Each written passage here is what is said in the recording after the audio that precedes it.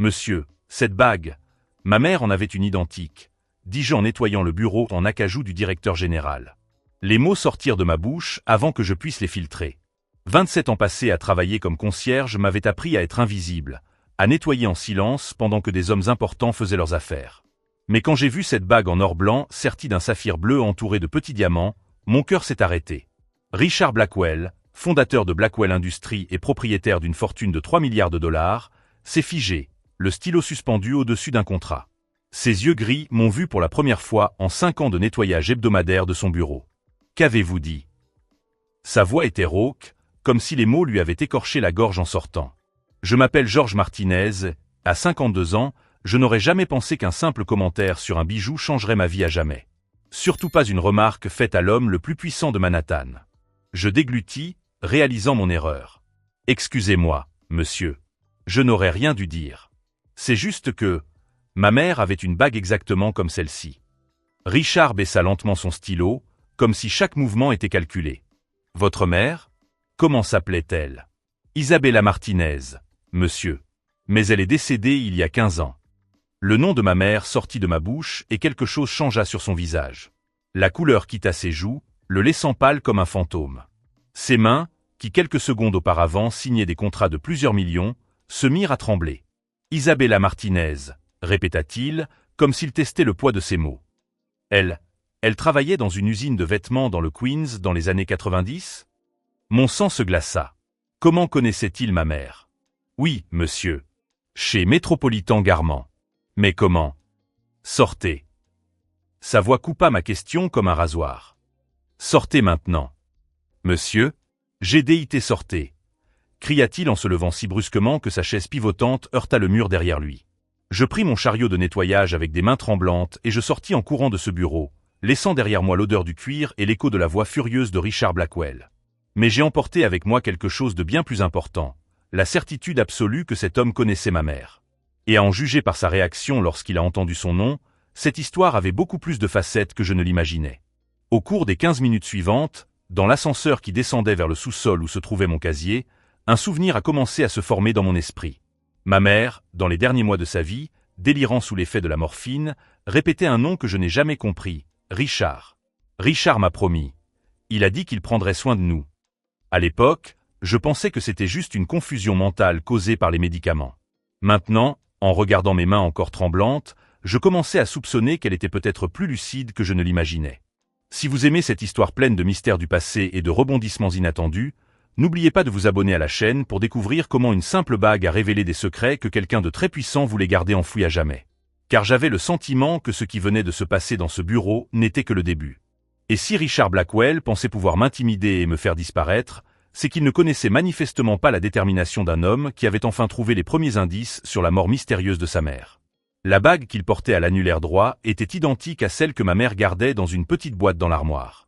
Même design, même taille, même gravure à l'intérieur qu'elle m'avait montré une fois, pour toujours R. Je savais désormais qui était R. Cette nuit-là, j'ai fouillé chaque recoin du petit appartement que j'avais partagé avec ma mère pendant 25 ans, jusqu'à sa mort. Je cherchais des réponses dans de vieilles lettres, des photos jaunies, tout ce qui pouvait expliquer la réaction de Richard Blackwell lorsqu'il avait entendu son nom. C'est au fond du tiroir de la commode que j'ai trouvé la boîte à bijoux d'Isabella. À l'intérieur, outre quelques pièces sans valeur, se trouvait la bague qu'elle portait toujours jusqu'au dernier mois de sa vie. La même bague que j'avais vue au doigt de Richard Blackwell, or blanc, saphir bleu, petit diamant tout autour. Je pris la bague de mes mains tremblantes et la retournai. À l'intérieur, en minuscules lettres, était gravé « À ma Isabella, avec un amour éternel. R.B. » Richard Blackwell. Ma mère avait conservé cette bague pendant des décennies, et maintenant je savais pourquoi. Je me suis souvenu des nuits où elle s'asseyait sur la terrasse, faisant tourner la bague à son doigt tout en regardant l'horizon. Quand je lui demandais si tout allait bien, elle répondait toujours « Je me souviens juste des bons moments, mon petit. » Les bons moments. Avec Richard Blackwell. J'ai passé toute la nuit à faire des recherches sur lui sur Internet. Richard Blackwell, 58 ans, fondateur de Blackwell Industries en 1995. Il a commencé avec une petite entreprise de composants électroniques dans le Queens et a bâti un empire de 3 milliards de dollars. Mais ce qui a vraiment attiré mon attention, c'est une interview de 2005, dans laquelle il parlait de ses premières années en tant qu'entrepreneur. Je suis parti de rien, disait-il, sans capital, sans relation familiale, seulement avec l'aide de quelques personnes spéciales qui ont cru en moi alors que personne d'autre ne croyait en moi. Des personnes spéciales qui ont cru en lui. Le matin, j'ai appelé ma tante Rosa, la sœur aînée de ma mère. Si quelqu'un connaissait le passé amoureux d'Isabella, c'était bien elle. Tante Rosa, j'ai besoin de te poser une question au sujet de maman. Est-ce qu'elle est sortie avec quelqu'un qui s'appelait Richard dans les années 90 ? Il y eut un long silence à l'autre bout du fil. Georges, pourquoi tu me poses cette question après tout ce temps ? J'ai trouvé sa bague. Et je crois que je l'ai retrouvée. Mon Dieu. Sa voix n'était plus qu'un murmure. Isabella a toujours dit qu'un jour, il reviendrait la chercher. Tante, raconte-moi tout. J'ai besoin de savoir. Rosa poussa un profond soupir. Ta mère a rencontré Richard en 1992. Elle travaillait comme superviseur chez Metropolitan Garment. Il était un jeune ingénieur qui essayait de monter une entreprise. Ils sont tombés éperdument amoureux. Et que s'est-il passé ? Richard avait une idée brillante pour améliorer les systèmes de production des usines textiles. Il avait besoin d'un capital de départ et d'une entreprise pour tester son concept. Isabella a convaincu les propriétaires de Metropolitan de lui donner une chance. Mon estomac s'est noué. Continue. Non seulement elle les a convaincus d'embaucher Richard, mais elle a utilisé ses propres économies, l'argent qu'elle avait mis de côté pour acheter une maison, pour investir dans son entreprise. 20 000 $, Georges. C'était beaucoup d'argent à l'époque. 20 000 $. L'héritage que ma grand-mère avait laissé à ma mère. Isabella lui a également apporté des clients. Elle a utilisé toutes ses relations dans l'industrie textile pour obtenir des contrats. Au cours des 2 premières années, elle s'occupait pratiquement de la partie commerciale de l'entreprise pendant que Richard développait la technologie. Ils étaient donc associés ? Pas officiellement. Isabella a toujours dit qu'elle lui faisait entièrement confiance. Ils allaient se marier et officialiser tout cela plus tard. L'amour l'aveuglait, Georges. Elle n'a jamais rien demandé par écrit. J'ai senti mon sang bouillir. Et ensuite ? En 1995, lorsque l'entreprise a vraiment commencé à décoller, Richard a déclaré qu'il avait besoin de partenaires plus professionnels. Il a dit qu'Isabella n'avait pas la formation nécessaire pour gérer une entreprise en pleine croissance. Il l'a licenciée. Pire que ça. Il a mis fin à leur relation et l'a écartée de tous ses postes au sein de l'entreprise. Il a dit que mélanger les affaires et l'amour avait été une erreur. Isabella est passée de partenaire officieuse des petites amies à rien. Les paroles de ma tante résonnaient dans ma tête. Richard Blackwell avait utilisé ma mère. Il avait utilisé son argent, ses relations, son travail, et quand il n'en avait plus besoin, il l'avait simplement jeté. Tante, et l'argent qu'elle a investi ? Perdu. Elle n'a jamais pu récupérer un seul centime. Richard a déclaré que cet argent était un cadeau entre amoureux et non un investissement. Sans document, elle n'avait aucun moyen de prouver le contraire. Et les contrats qu'elle avait apportés ? Il les a tous gardés. Isabella avait présenté ses clients comme appartenant à l'entreprise de Richard, et non comme ses contacts personnels. Légalement, elle n'avait droit à rien. Je fermais les yeux, essayant de contrôler la colère qui montait en moi. Comment a-t-elle réagi ? Elle était dévastée, Georges. Non seulement elle avait perdu son argent et son entreprise, mais elle avait aussi perdu l'amour de sa vie. Elle croyait vraiment qu'elle allait l'épouser. Pourquoi ne m'en a-t-elle jamais parlé ? Par honte. Isabella se sentait idiote d'avoir fait autant confiance. Et après ta naissance, elle ne voulait pas que tu saches que l'argent destiné à ton éducation et à ton éducation aurait pu être très différent si elle n'avait pas été trompée. Je suis né en 1998, 3 ans après la trahison. Ma mère a élevé seule son fils tout en travaillant comme femme de ménage, alors qu'elle aurait pu être associée dans une entreprise milliardaire. Georges, ta mère ne s'en est jamais complètement remise. Au cours des dernières années de sa vie, surtout lorsque sa maladie s'est aggravée, elle parlait beaucoup de Richard. Elle disait qu'un jour, la vérité éclaterait au grand jour. J'ai raccroché le téléphone, les mains tremblantes. Pas de nervosité, mais de pure colère. Richard Blackwell n'était pas seulement un milliardaire prospère. C'était un voleur qui avait volé l'avenir de ma famille. Pendant 27 ans, j'ai travaillé comme concierge. J'ai économisé chaque centime pour payer mes études du soir et obtenir mon diplôme en administration à 43 ans. J'ai vécu dans de petits appartements, j'ai porté des vêtements d'occasion, je n'ai jamais pris de vraies vacances.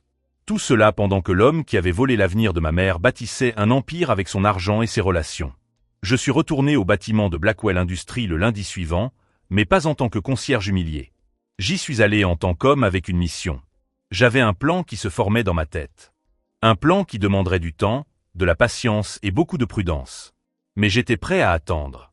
Richard Blackwell avait passé 3 décennies à croire qu'il avait échappé aux conséquences de ses actes. Il croyait que ma mère avait simplement disparu de sa vie sans laisser de traces. Il ne savait pas qu'Isabella avait eu un fils. Un fils qui connaissait désormais la vérité sur ce qu'il avait fait. Et je n'avais pas l'intention de simplement le confronter au sujet du passé. J'avais l'intention d'utiliser tout ce que j'avais appris sur les affaires pour démanteler l'empire qu'il avait bâti sur la trahison de ma mère. Car s'il y a une chose que 27 ans passés à nettoyer des bureaux m'ont apprise, c'est qu'il y a toujours de la saleté cachée dans des endroits que les gens pensent invisibles. Et j'avais passé 5 ans à nettoyer le bureau de Richard Blackwell lui-même. Je savais où se trouvait toute sa saleté. Ce que j'ai découvert sur Richard Blackwell au cours des semaines suivantes m'a fait bouillir le sang encore plus. Il n'avait pas changé du tout. J'ai eu accès aux archives publiques de Blackwell Industries grâce à la bibliothèque municipale et j'ai découvert un schéma inquiétant. Au cours des 10 dernières années, l'entreprise avait poursuivi 17 anciens employés pour violation d'accords de confidentialité et utilisation abusive de propriété intellectuelle. 17 personnes qui, selon les documents, avaient tenté de voler des idées à l'entreprise. Mais lorsque j'ai commencé à approfondir mes recherches, en utilisant les contacts que je m'étais faits pendant mes années d'études du soir, j'ai découvert une autre version de ces histoires. Teresa Gonzalez, l'une des personnes poursuivies en 2015, acceptait de me rencontrer dans un café du Bronx. Elle avait été directrice marketing chez Blackwell avant d'être licenciée pour faute professionnelle. Richard a un système, m'a-t-elle expliqué en remuant nerveusement sa tasse de café. Il embauche des personnes talentueuses, en particulier des femmes et des minorités, les laisse développer de grandes idées, puis trouve un moyen de se débarrasser d'elles avant qu'elles ne puissent en revendiquer le mérite. Comment ça? Dans mon cas, j'ai développé une campagne marketing qui a augmenté les ventes de 40% en 6 mois. C'était révolutionnaire pour le secteur. Richard a publiquement salué mon travail et m'a donné une prime. 3 semaines plus tard, il m'a convoqué dans son bureau et m'a dit qu'ils avaient découvert que je divulguais des informations à des concurrents. Était-ce vrai? Teresa a ri amèrement. Bien sûr que non. Mais Richard avait placé de faux emails sur mon ordinateur. Lorsque je l'ai confronté, il m'a dit que j'avais 2 options. Accepter mon licenciement en silence ou faire face à des poursuites pénales pour espionnage industriel. Et vous avez choisi de vous taire. J'avais 3 enfants à nourrir, George. Je ne pouvais pas risquer d'aller en prison pour quelque chose que je n'avais pas fait. J'ai signé un accord de confidentialité et j'ai reçu une indemnité. Mais la campagne que j'avais créée, elle est toujours utilisée par l'entreprise. Richard en récolte tout le mérite. Je suis sorti de ce café avec la confirmation de ce que je soupçonnais déjà. Richard Blackwell n'avait pas seulement volé l'avenir de ma mère. Il en avait fait un système, un mode de vie. Au cours des 2 semaines suivantes, j'ai réussi à parler à 6 autres personnes poursuivies par Blackwell Industries. Toutes ont raconté des versions similaires de la même histoire. Des idées volées, des crédits usurpés, des preuves falsifiées, des intimidations juridiques. Mais c'est James Shen, ancien directeur technique, qui m'a donné l'information la plus précieuse. Richard ne fait pas cela tout seul, m'a dit James lors d'un déjeuner dans un restaurant coréen discret. Il dispose d'un réseau de personnes qui l'aident. Des avocats spécialisés dans l'intimidation, des détectives privés qui fabriquent des preuves, des comptables qui manipulent des documents. Comment le savez-vous? Parce que j'étais celui qui mettait en place le système de sécurité qui permettait de placer des preuves sur les ordinateurs des employés. Je pensais aider à protéger l'entreprise contre de véritables fuites. Je n'ai découvert la vérité que lorsqu'ils ont utilisé le même système contre moi. James m'a remis une liste de noms. 15 personnes qui avaient travaillé avec Richard sur des montages similaires au fil des ans. Certaines travaillent encore pour lui. D'autres sont parties lorsqu'elles ont découvert de quoi il s'agissait réellement. Mais toutes connaissent la vérité sur Richard Blackwell. Ce soir-là, assis dans mon petit appartement, j'ai regardé la pile de documents que j'avais rassemblés. Ce n'était pas seulement des preuves de crimes financiers. C'était un catalogue complet de vies détruites, de rêves volés, de talents gâchés. Et au centre de tout cela se trouvait l'homme qui avait fait la même chose à ma mère 28 ans auparavant. J'ai pris le téléphone et j'ai appelé ma tante Rosa. « Tante, j'ai besoin de savoir une chose. Tu as dit que maman avait amené des clients à Richard dans les années 90. Tu te souviens de leur nom? » « Certains. Pourquoi? Je dois retrouver ces personnes. Je veux qu'elles sachent ce qui s'est réellement passé. » Il y eut un silence. « George, qu'est-ce que tu prévois de faire? » « Justice, tante. Je prévois de rendre justice. » Rosa m'a donné 4 noms d'hommes d'affaires qui avaient travaillé avec ma mère et Richard dans les premières années de Blackwell Industries. 2 d'entre eux étaient encore en vie et actifs dans les affaires à New York. Michael Rossetti, désormais propriétaire d'une chaîne de restaurants, se souvenait parfaitement d'Isabella Martinez. « Votre mère était une femme exceptionnelle », m'a-t-il dit lorsque nous nous sommes rencontrés dans son restaurant principal. Elle m'a convaincu de donner une chance à ce jeune ingénieur allemand. Richard, c'était son nom. Elle m'a dit qu'il avait des idées révolutionnaires pour moderniser les opérations. Et vous avez engagé son entreprise. Oui. Et il a obtenu des résultats. Mes coûts d'exploitation ont baissé de 20% la première année. Mais j'ai toujours pensé que le véritable cerveau derrière l'entreprise était Isabella. C'était elle qui comprenait les besoins des clients, c'était elle qui faisait le lien entre la technologie et son application pratique. Saviez-vous que Richard avait rompu avec elle et l'avait écarté de l'entreprise dès qu'il avait trouvé suffisamment de clients? Michael a arrêté de manger. Quoi? Je lui ai raconté toute l'histoire. L'investissement de ma mère, le travail non rémunéré, la trahison, les décennies de pauvreté qui ont suivi. Quand j'ai eu fini, Michael était visiblement bouleversé. George, j'ai continué à faire affaire avec Blackwell Industries pendant 5 ans après ça. Si j'avais su que Richard avait trahi Isabella de cette façon, que auriez-vous fait? J'aurais immédiatement annulé tous les contrats. Et j'aurais raconté cette histoire à toutes les personnes que je connaissais dans le milieu des affaires à New York. Vous pouvez encore le faire. Michael m'a regardé intensément. Vous me suggérez de... Je suggère que vous disiez la vérité. À tout le monde. Richard Blackwell a bâti un empire sur des mensonges et des vols. Pas seulement avec ma mère, mais avec des dizaines d'autres personnes au fil des ans. Avez-vous des preuves? J'ouvris mon dossier. Je lui montrai les documents relatifs au procès, les témoignages des victimes, les preuves du comportement systématique de Richard. Michael a tout examiné attentivement. Mon Dieu, il en a fait une opération industrielle. Et il continue. Pendant que nous parlons, il est probablement en train de planifier le vol du travail d'un employé talentueux. De quoi avez-vous besoin de ma part? C'était la question que j'attendais. Le moment où un homme puissant, respecté dans le monde des affaires new-yorkais, déciderait de se joindre à ma cause. J'ai besoin d'un accès, monsieur Rossetti. Richard évolue dans des cercles auxquels je n'aurais jamais accès. Dîners de gala, événements caritatifs, réunions d'affaires de haut niveau. Des endroits où il se sent en sécurité, où il baisse sa garde. Et que ferez-vous dans ces endroits? J'observerai. Je documenterai. Et quand j'aurai suffisamment de preuves, je dévoilerai tout. Michael m'a tendu la main. Comptez sur moi, George. Isabella était mon amie. Je le dois à sa mémoire. Je lui ai serré la main, sentant pour la première fois depuis des semaines que je n'étais plus seul dans ce combat. Mais c'est sur le chemin du retour que j'ai eu la révélation qui allait tout changer. Je me suis arrêté à un feu rouge et j'ai vu, de l'autre côté de la rue, une affiche de la campagne politique de Richard Blackwell. Richard Blackwell pour le Sénat de l'État, un leadership éthique pour New York. Un leadership éthique.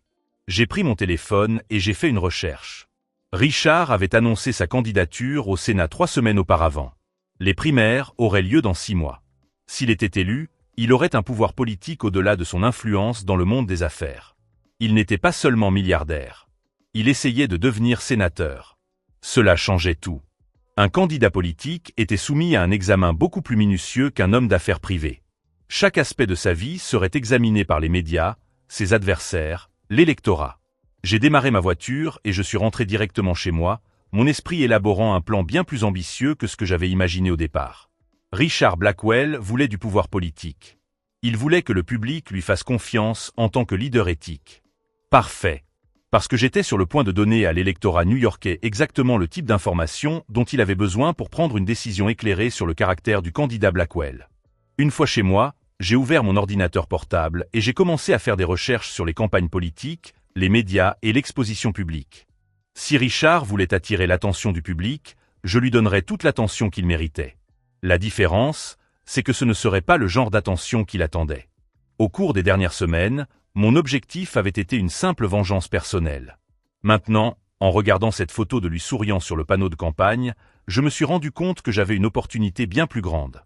Je pouvais empêcher un homme sans scrupules d'accéder à un réel pouvoir politique. Je pouvais protéger de futures victimes. Je pouvais transformer la justice pour ma mère en justice pour des dizaines de personnes que Richard avait lésées au fil des ans. Mieux encore, je pouvais le faire en utilisant ses propres ambitions contre lui. Si vous suivez cette histoire de trahison et de justice, abonnez-vous à la chaîne pour découvrir comment un simple concierge a transformé la campagne politique d'un milliardaire corrompu en le plus grand scandale que New York ait jamais connu. Car après 28 ans d'attente, l'heure était enfin venue pour Richard Blackwell de payer pour tous ses crimes. Et cette fois, ce serait devant des millions de personnes. Michael Rossetti a tenu parole. 2 semaines après notre rencontre, j'ai reçu une invitation au dîner de gala de l'Association des entrepreneurs italo-américains de New York, l'événement le plus exclusif de la communauté italienne des affaires de la ville. Richard Blackwell serait le conférencier principal et parlerait de l'éthique dans les affaires et du leadership responsable. L'ironie était délicieuse. « George, vous y allez en tant que mon invité personnel », m'a expliqué Michael au téléphone. « Je veux vous présenter comme consultant spécialisé dans l'analyse de l'intégrité des entreprises. Ce sera votre entrée officielle dans les cercles où Richard évolue. » J'ai passé les 2 semaines suivantes à me préparer méticuleusement. J'ai acheté mon premier costume coûteux, un investissement qui m'a coûté la moitié de mon salaire mensuel, mais qui était essentiel à ma nouvelle identité. Je me suis entraîné à tenir des conversations professionnelles, j'ai étudié les autres invités, j'ai mémorisé les biographies d'hommes d'affaires influents. Mais la préparation la plus importante s'est déroulée dans mon appartement, où j'ai transformé mon salon en centre d'opération. Sur les murs, j'ai collé des photos de Richard prises lors d'événements publics au cours des 10 dernières années. Des analyses de ses déclarations dans les médias. Des chronologies détaillées de ses acquisitions commerciales. Et, plus important encore, des profils complets de chacune des 17 personnes qu'il avait poursuivies pour violation de la propriété intellectuelle. James Chen, l'ancien directeur technique, est devenu mon conseiller officieux. Nous nous retrouvions 2 fois par semaine dans un café de Brooklyn, où il m'enseignait les détails techniques du fonctionnement de Richard. Son système est presque génial dans sa simplicité, m'a expliqué James un mardi pluvieux. Il identifie les talents exceptionnels dans des positions vulnérables. Des personnes qui ont besoin d'un emploi, qui ont des dettes, des familles à charge. Ensuite, il leur confie d'énormes responsabilités, des ressources illimitées, une liberté totale pour innover. Et quand elles obtiennent des résultats, alors il trouve un moyen de s'en débarrasser. Il fabrique des preuves de mauvaise conduite, plante des fichiers dans les ordinateurs, crée des situations compromettantes. Il leur offre toujours le même choix, accepter un licenciement discret ou faire face à des poursuites pénales. Et tout le monde choisit de se taire. Pas tout le monde. 3 personnes ont essayé de se battre au cours des 5 dernières années. Savez-vous ce qui leur est arrivé? J'ai hoché la tête. Sandra Williams, ancienne directrice marketing, a tenté d'intenter un procès pour licenciement abusif. Richard a engagé Cromwell et Associates. Vous connaissez? Le cabinet le plus cher de Manhattan. Exactement. Ils ont ruiné Sandra financièrement. Ils ont fait traîner le procès pendant 3 ans, la forçant à dépenser toutes ses économies en avocats. Finalement, elle a abandonné et a accepté un accord de confidentialité. Et les 2 autres? Kevin Park, ingénieur logiciel. Richard a utilisé ses contacts à l'immigration pour remettre en question son visa de travail. Kevin était sud-coréen, il était dans le pays depuis 12 ans, mais il y avait de petites irrégularités dans ses documents. Il a dû retourner en Corée du Sud. Mon sang s'est mis à bouillir. Richard a utilisé le gouvernement contre lui? Oui. Et Lisa Rodriguez, comptable, a tenté de dénoncer les manipulations financières de l'entreprise. Richard a fabriqué des preuves qu'elle détournait de l'argent. Lisa a failli être arrêtée pour fraude. Failli. Elle a réussi à prouver son innocence, mais cela lui a pris 2 ans et lui a coûté son mariage. Son mari a demandé le divorce, il n'a pas supporté le stress et les frais d'avocat. Je suis sorti de ce café avec une compréhension limpide de ce à quoi j'étais confronté. Richard Blackwell n'était pas seulement un voleur qui avait dépouillé ma mère. C'était un prédateur systématique qui avait passé 3 décennies à détruire des vies pour nourrir sa propre ambition. Mais ce que James ignorait, c'est que j'avais trouvé une faille dans le système de Richard. Une faille que seul quelqu'un avec mon expérience de concierge pouvait exploiter. Pendant 5 ans, en nettoyant son bureau, j'avais mémorisé chaque détail de son espace de travail. Je savais où il conservait ses documents importants, je connaissais ses habitudes d'organisation, j'avais observé ses réunions confidentielles à travers le verre dépoli de la salle de conférence. Et surtout, je savais que Richard était obsédé par le contrôle total. Il enregistrait toutes ses réunions importantes à des fins juridiques. Il conservait des archives détaillées de chaque manœuvre, chaque manipulation, chaque personne qu'il avait lésée. Non par paranoïa, mais par arrogance. Il documentait ses crimes comme des trophées. Ses dossiers se trouvaient dans le coffre-fort numérique de son bureau. Un système auquel j'avais vu accéder des dizaines de fois pendant mon nettoyage nocturne. Le jeudi suivant, je suis retourné dans les locaux de Blackwell Industries pour la première fois depuis l'incident de la bague. Cette fois-ci, non pas en tant que concierge humilié, mais dans le cadre du plan. Georges Martinez pour voir Thomas Beck, ai-je dit à la réceptionniste. Thomas Beck était l'avocat de Richard, celui-là même qui avait aidé à monter l'histoire originale avec ma mère et Adrien Keller. Mais Thomas ne savait pas que j'avais découvert quelque chose sur son propre lien avec les magouilles de Richard. Au cours de mes recherches, j'ai trouvé des preuves que Thomas n'était pas seulement avocat, mais aussi complice actif. Il aidait à falsifier des documents, à créer des preuves, à intimider les victimes. Et Thomas avait un point faible, un fils toxicomane qui avait constamment besoin d'argent pour sa cure de désintoxication. Monsieur Beck, dis-je en entrant dans son bureau au 42e étage. Je m'appelle Georges Martinez. J'ai des informations sur Richard Blackwell qui pourraient vous intéresser. Thomas m'a regardé avec un mélange de curiosité et de méfiance. Quel genre d'informations? Le genre qui pourrait détruire sa carrière politique avant même qu'elle ne commence. Et le genre qui pourrait impliquer toutes les personnes qui l'ont aidé au fil des ans. Il est devenu livide. Je ne sais pas de quoi vous parlez. Sandra Williams, Kevin Park, Lisa Rodriguez. Je continue. Thomas ferma la porte de son bureau. Que voulez-vous? Un accès. Une seule fois, pendant 2 heures, au système d'archives confidentiel de Richard. En échange, votre nom n'apparaîtra jamais dans ce que vous y trouverez. C'est du chantage.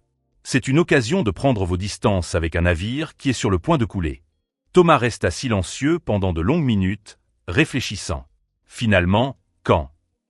Samedi soir. Quand le bâtiment sera vide. Et après?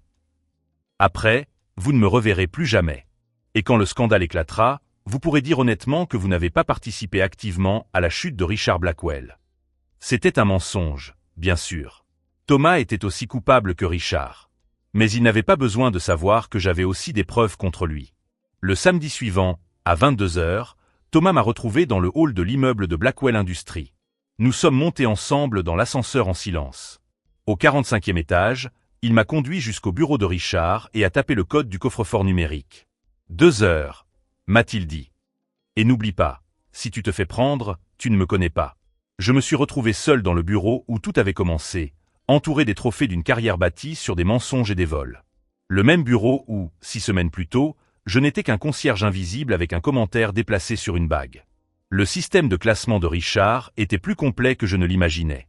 Des dossiers classés par année, par projet, par victime. Des enregistrements audio de réunions où il planifiait chaque stratagème.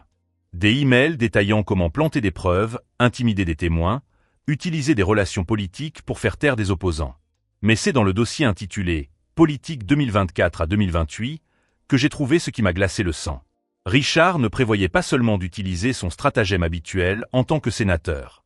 Il prévoyait de l'étendre. Des listes d'hommes d'affaires qui devaient être disciplinés. Des plans pour utiliser les enquêtes gouvernementales contre ses concurrents. Des stratégies pour transformer le pouvoir politique en arme de vengeance personnelle. Et à la fin du dossier, une note manuscrite, le passé est enterré. Personne ne se souvient plus de l'époque des petites trahisons. Il est temps de voir plus grand. Il faisait référence à ma mère. Et à toutes les autres victimes. Pour Richard, nous n'étions qu'un passé enterré, sans importance pour ses ambitions futures. J'ai tout copié. Chaque fichier, chaque enregistrement, chaque email. 3 décennies de crimes organisés documentés par le criminel lui-même. Quand Thomas est revenu me chercher à minuit, j'étais déjà parti. J'ai laissé une note sur la table, merci pour cette opportunité. Votre secret est bien gardé avec moi. Pour l'instant. Le lundi suivant, l'invitation au dîner de gala est arrivée par email. Richard Blackwell serait présenté comme le futur sénateur et leader éthique de la nouvelle génération d'entrepreneurs new-yorkais. Si vous voulez découvrir comment un simple concierge a transformé un dîner de gala en une explosion publique qui a mis fin à la carrière d'un milliardaire corrompu, abonnez-vous à la chaîne. Car ce qui s'est passé ce soir-là a changé non seulement ma vie, mais aussi tout le paysage politique new-yorkais. Assis dans mon appartement, en regardant les téraoctets de preuves que j'avais rassemblées, j'ai enfin compris ce que ma mère aurait voulu que je fasse. Il ne s'agissait pas seulement de vengeance personnelle. Il s'agissait d'empêcher Richard de faire à d'autres ce qu'il lui avait fait. Il s'agissait de veiller à ce qu'un prédateur n'acquiert pas de réel pouvoir politique. Il s'agissait de justice. De véritable justice. Et le jeudi suivant, lorsque je suis entré dans cette salle de bal vêtu de mon costume coûteux, avec dans ma poche une clé USB contenant suffisamment de preuves pour détruire un empire, Richard Blackwell souriait encore, pensant qu'il était intouchable. Il allait découvrir le contraire dans exactement 72 heures. La salle de bal de l'Hôtel Plaza était remplie des hommes d'affaires les plus influents de New York. 300 invités vêtus de leurs plus beaux costumes et robes discutaient affaires tandis que des serveurs servaient du champagne à 1000 $ la bouteille. Je me tenais près de l'entrée, ajustant ma cravate pour la 10e fois, lorsque Michael Rossetti s'approcha. « George, êtes-vous prêt ?» m'a-t-il demandé, remarquant ma tension. Plus que jamais. Michael a acquiescé. « N'oubliez pas, vous êtes mon consultant spécialisé en analyse de l'intégrité des entreprises. Lorsque Richard aura terminé son discours, ce sera votre tour. » Au cours des dernières 48 heures, nous avions finalisé tous les détails. Michael avait usé de son influence pour m'obtenir 5 minutes dans le programme, une brève présentation sur l'éthique moderne en entreprise. Richard n'avait aucune idée de ce qui l'attendait. « Mesdames et messieurs, » annonça le maître de cérémonie, « c'est avec grand plaisir que je vous présente notre conférencier principal de ce soir. Un véritable exemple de leadership éthique et de réussite en affaires, Richard Blackwell. » Les applaudissements ont résonné dans la salle, tandis que Richard montait sur scène.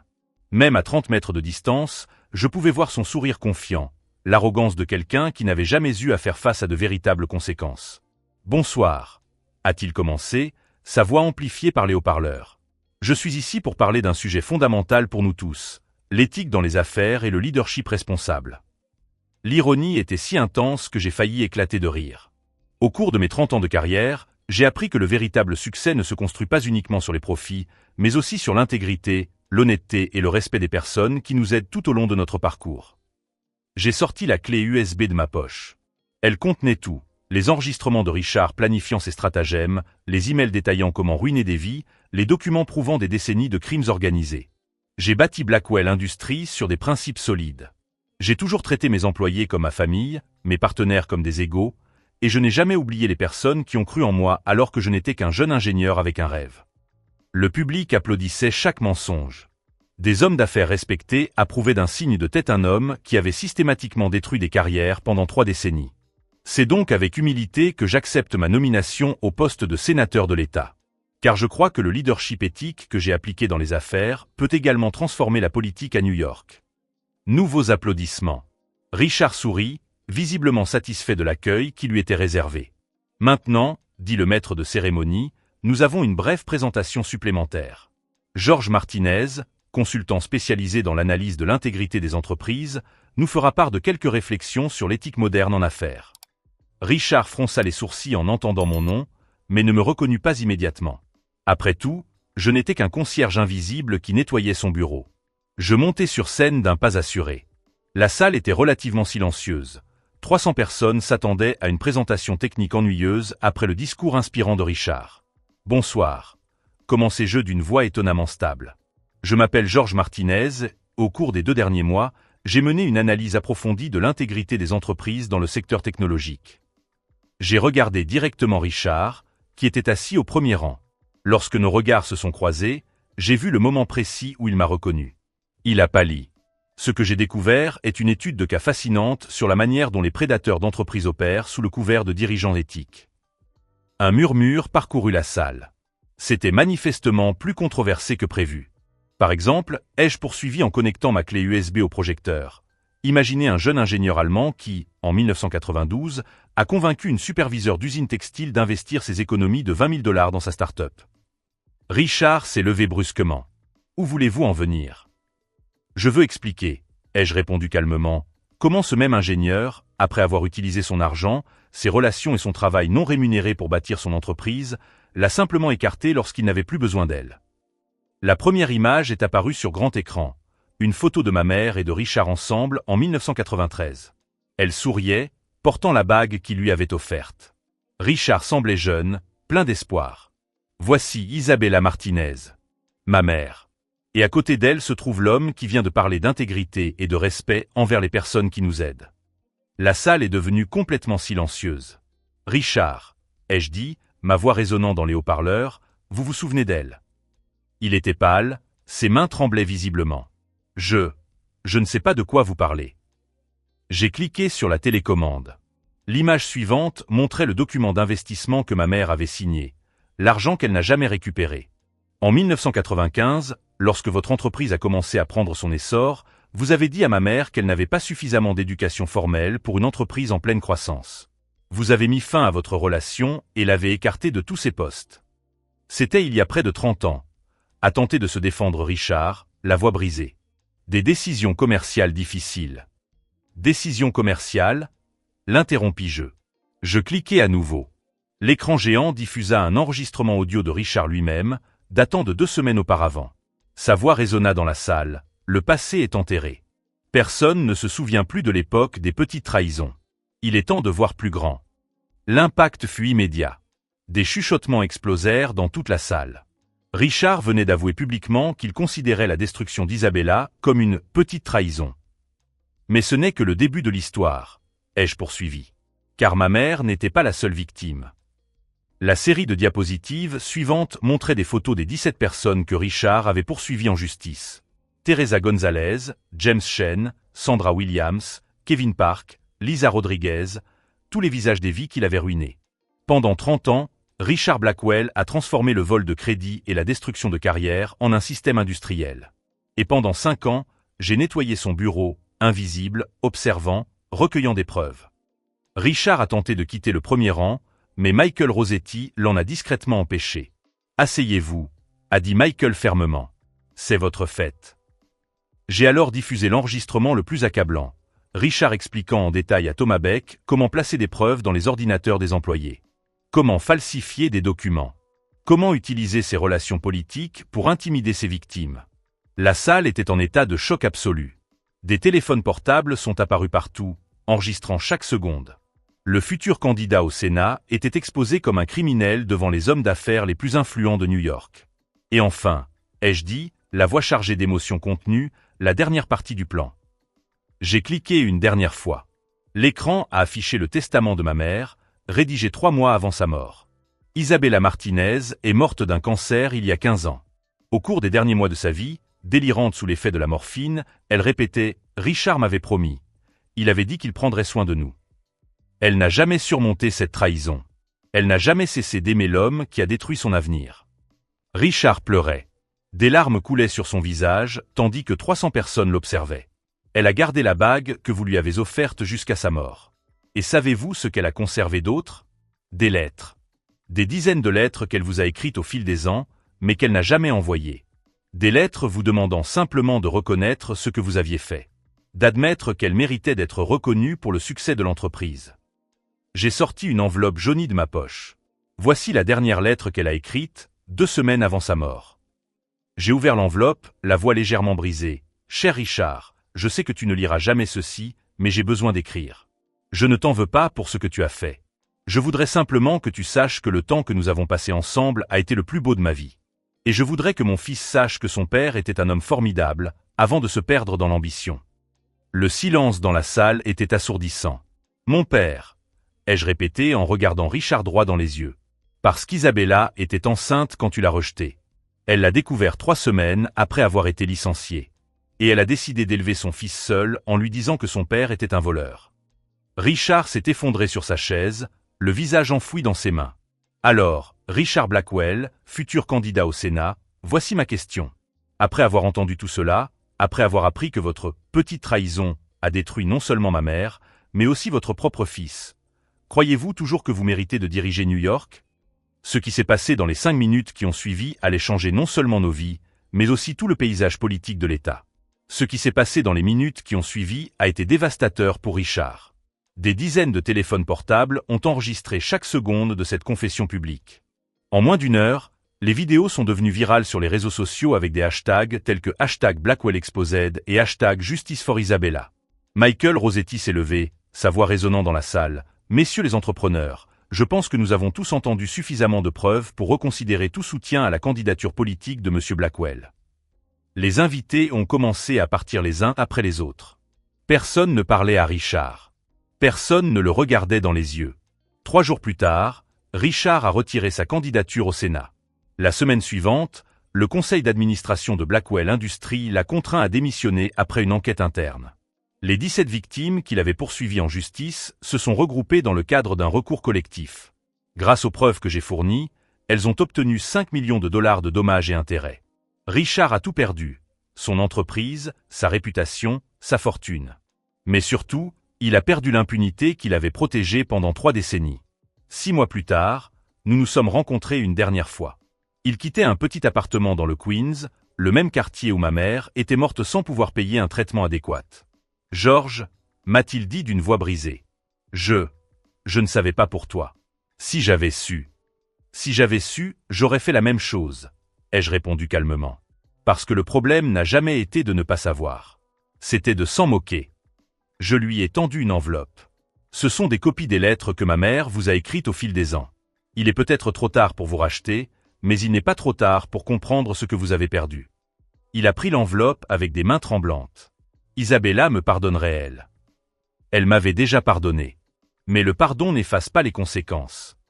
Au cours des 2 dernières années, j'ai utilisé l'argent du procès pour créer la fondation Isabella Martinez, qui offre une assistance juridique gratuite aux employés victimes d'abus en entreprise. 43 personnes ont déjà été aidées. 43 familles qui n'ont pas eu à affronter seules ce que ma mère a affronté. La véritable victoire n'a pas été de détruire Richard Blackwell. Elle a été de découvrir que la force de ma mère avait toujours été en moi, attendant le bon moment pour se manifester. Elle n'a jamais vu justice être faite de son vivant. Mais à travers moi, sa mémoire est devenue une protection pour les autres. Parfois, la vengeance la plus puissante n'est pas de détruire son ennemi, mais de construire quelque chose de plus grand que ce qu'il aurait jamais pu détruire. Si cette histoire vous a touché, abonnez-vous à la chaîne. Nous avons des centaines d'histoires où la justice l'emporte, où les petits battent les puissants, où le bien trouve toujours un moyen de triompher. Car en fin de compte, l'héritage le plus précieux que ma mère m'ait laissé n'était pas la colère ou le désir de vengeance. C'était la certitude que les gens bien trouvent toujours un moyen de faire la différence.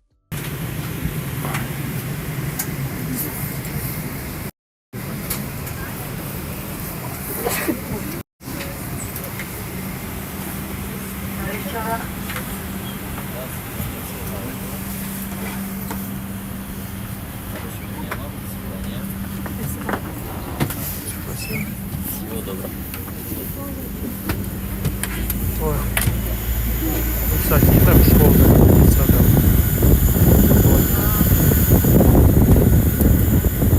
Вот. Туда-сюда.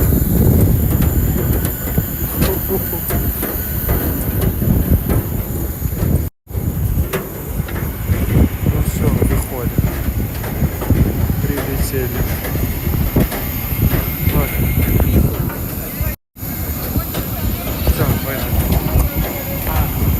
Ты уши заложила? А? Уши заложила? Не, нормально, я в наушниках все. У меня наушником что-то не помогло. Смотри, как ну ты уберу? Да. Я еще не наушников было, не знаю почему. Одевайся. Быстро одевайся, сказала. Да какая еще?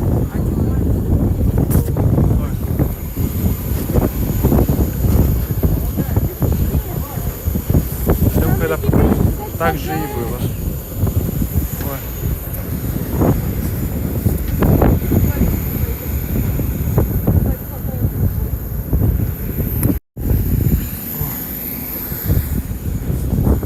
Аэропорт. В Сочи прилетели наконец-то. Вот. Холодно показал. Тут такой.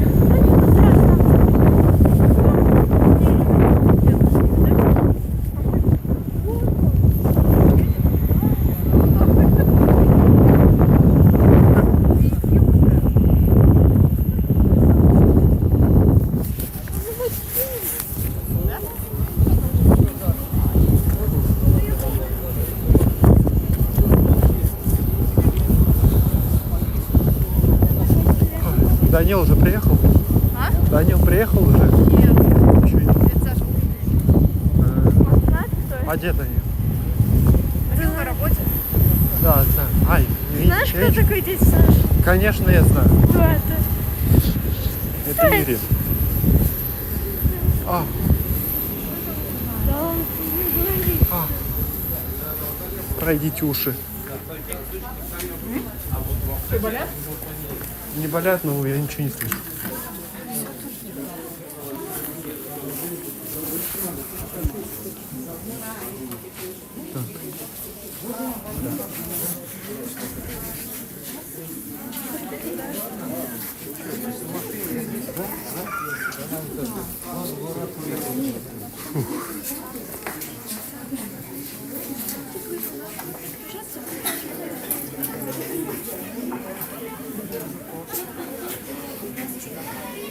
Сначала было не холодно, а потом вышел так, холоднее и холоднее, а потом что-то холодно стало.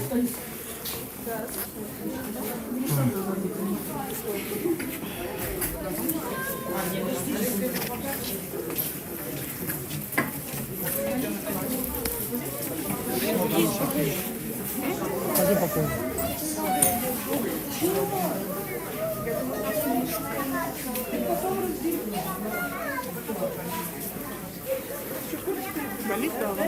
Голова не болит. Только уши.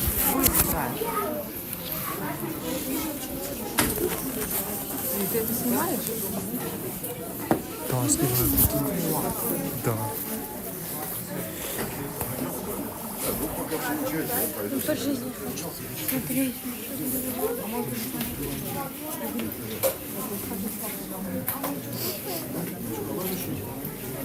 Что, можно выходить?